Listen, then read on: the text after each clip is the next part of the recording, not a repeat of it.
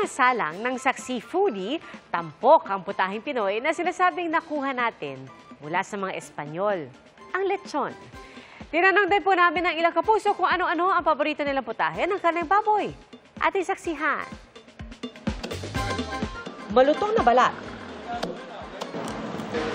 Malambot na karne. Nag-uumapaw sa linamnam. Putok-batok ika nga pero ilang dekada ng paborito ng panlasang Pinoy ang lechong baboy. Nagsimula ang lechon sa pag-iihaw ng buong katawan ng baboy hanggang umusbong ang mas tipid na paglilitsyon ng ilang bahagi lang gaya ng ulo, pati ang tiyan na ginagawang katakam-takam na lechon belly.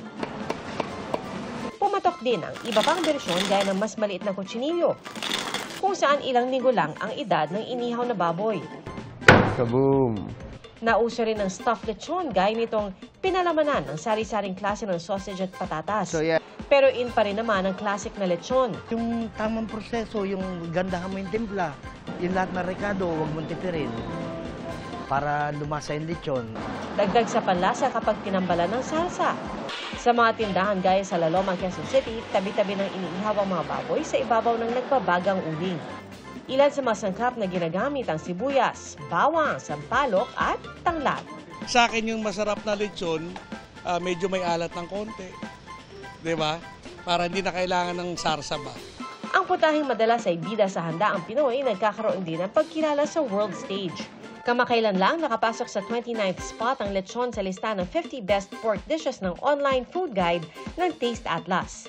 Malinamnam po kasing lechon yung lasa at yung balat niya crunchy.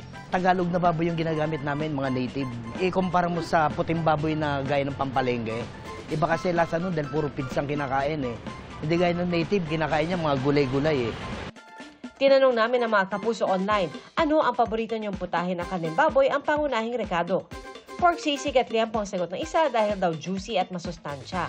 May mga nagsabing sinigang na baboy o sinigang na liempo ang paborito. At present din ang mga favorite na adobo at sisig at syempre ang sabi ng isa, hindi pa tatalo ang pork chop. Baboy, marami. Inihaw, sinigang. Pilipino tayo eh. Di ba? Adobo, menudo, mechadong baboy. Lahat, oo. Pasok din ang iba pang putahe sa listahan ng Taste Atlas. Number 33 ang lechon kawali na sinundan ng Bicol Express.